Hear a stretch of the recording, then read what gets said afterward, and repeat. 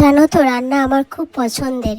যত দিন দিন বড় হচ্ছি, রান্না যেন ভীষণ পছন্দের হয়ে উঠছে। সব থেকে ভালোবাসি মানুষজনকে খাওয়াতে। আর সেই কারণেই আজকে আমি করব মিন্ট মালাই চিকেন। বাড়ির পাশেই প্রচুর পুদিনা পাতা আছে, সেই দিয়েই করব। আর তার জন্য গরম তেল হয়ে যাওয়ার সাথে সাথে কিছু গরম মশলা আর পাঁচফোড়ন দিয়ে দিলাম। এরপর বাকি পেঁয়াজ দিয়ে রান্নাটা করব। দেখতে থাকো, যদি ভালো লাগে আমার পাশে কিন্তু থাকতে হবে বন্ধু, তোমাদেরকে সবাইকে।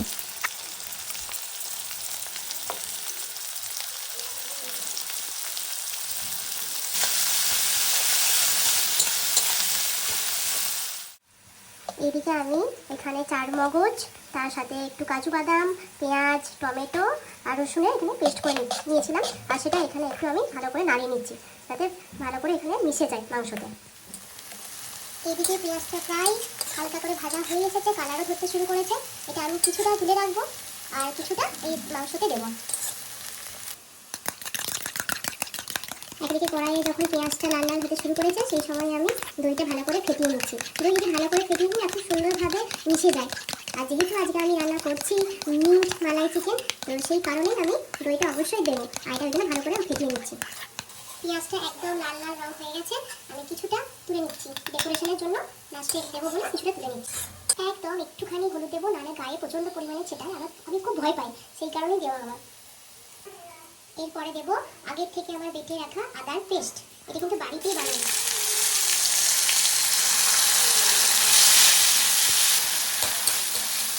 আগে যেটা আমি চার মগজ, কাজু বাদাম, পেঁয়াজ, রসুনের পেস্ট করে রেখেছিলাম, সেটা আমি একটু দেবো। এটা না দিলে তো গ্রেভিটা ভালো হবে না।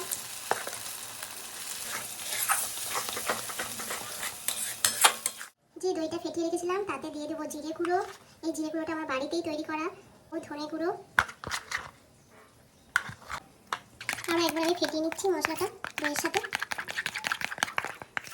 এরপর একটু টেস্টে মিষ্টি মিষ্টি করার জন্য, যেহেতু মালাই চিকেন করবো, তাহলে টেস্টে মিষ্টি মিষ্টি ভালো লাগবে, সেই জন্য আমি মিশিয়ে দিচ্ছি। চিনি যেহেতু স্বাস্থ্যের পক্ষে ক্ষতিকর, তাই মিশিয়ে দিচ্ছি। আর যেহেতু বাড়িতে বাচ্চা ছেলে আছে, সেই কারণে মিশিয়ে দিলাম।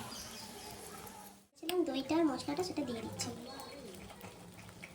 ভালো করে একটু নাড়িয়ে নিচ্ছি। এরপর দিয়ে দেবো চিকেনগুলো, নাহলে সেদ্ধ হতে দেরি হয়ে যাবে অনেকটা, সেই কারণে চিকেনটা দিয়ে দিচ্ছি।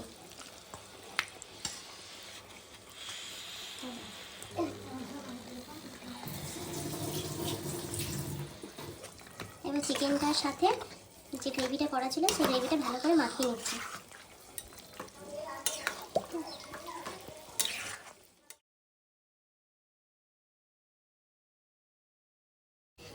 এরপরে যেহেতু আমি পুদিনা পাতা বা মিন্টের চিকেন রেসিপিটা করছি, তাহলে তো সেই ফ্লেভারটা আনতেই হবে।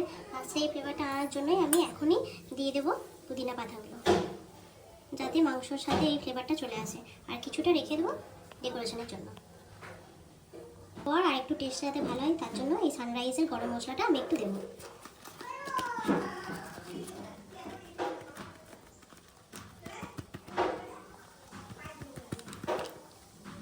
পুদিনা পাতা, গরম মশলা সবই পড়ে গেছে মশলা প্রায়, তো সেই কারণে আমি ভালো করে আরেকবার নেড়ে দিচ্ছি। এরপর যাতে মাংসটা ভালো করে সেদ্ধ হয়ে যায়, সেই জন্য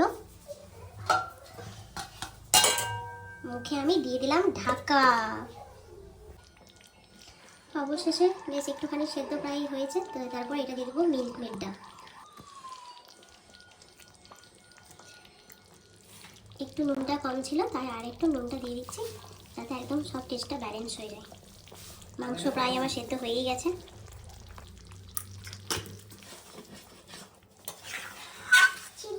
চিকেন পুরো রেডি হয়ে গেছে। এরপর আমি এটাকে ডেকোরেশন করব। আগেই যে পেঁয়াজটা তুলে রেখেছিলাম ভাজাটা, সেই পেঁয়াজটা আমি দেবো।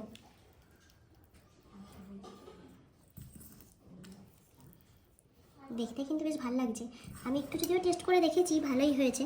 তবু তোমরা কিন্তু দেখে অবশ্যই বলো যে কেমন দেখতে লাগছে। খেতে তো পারবে না, তবু দেখে কিন্তু বলো।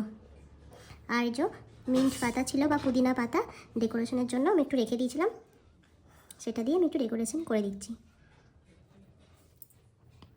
আর যদি আমার রান্নার রেসিপি ভালো লাগে, তাহলে অবশ্যই কিন্তু তোমরা লাইক, কমেন্ট, শেয়ার করতে ভুলো না। আমার পাশে থেকো।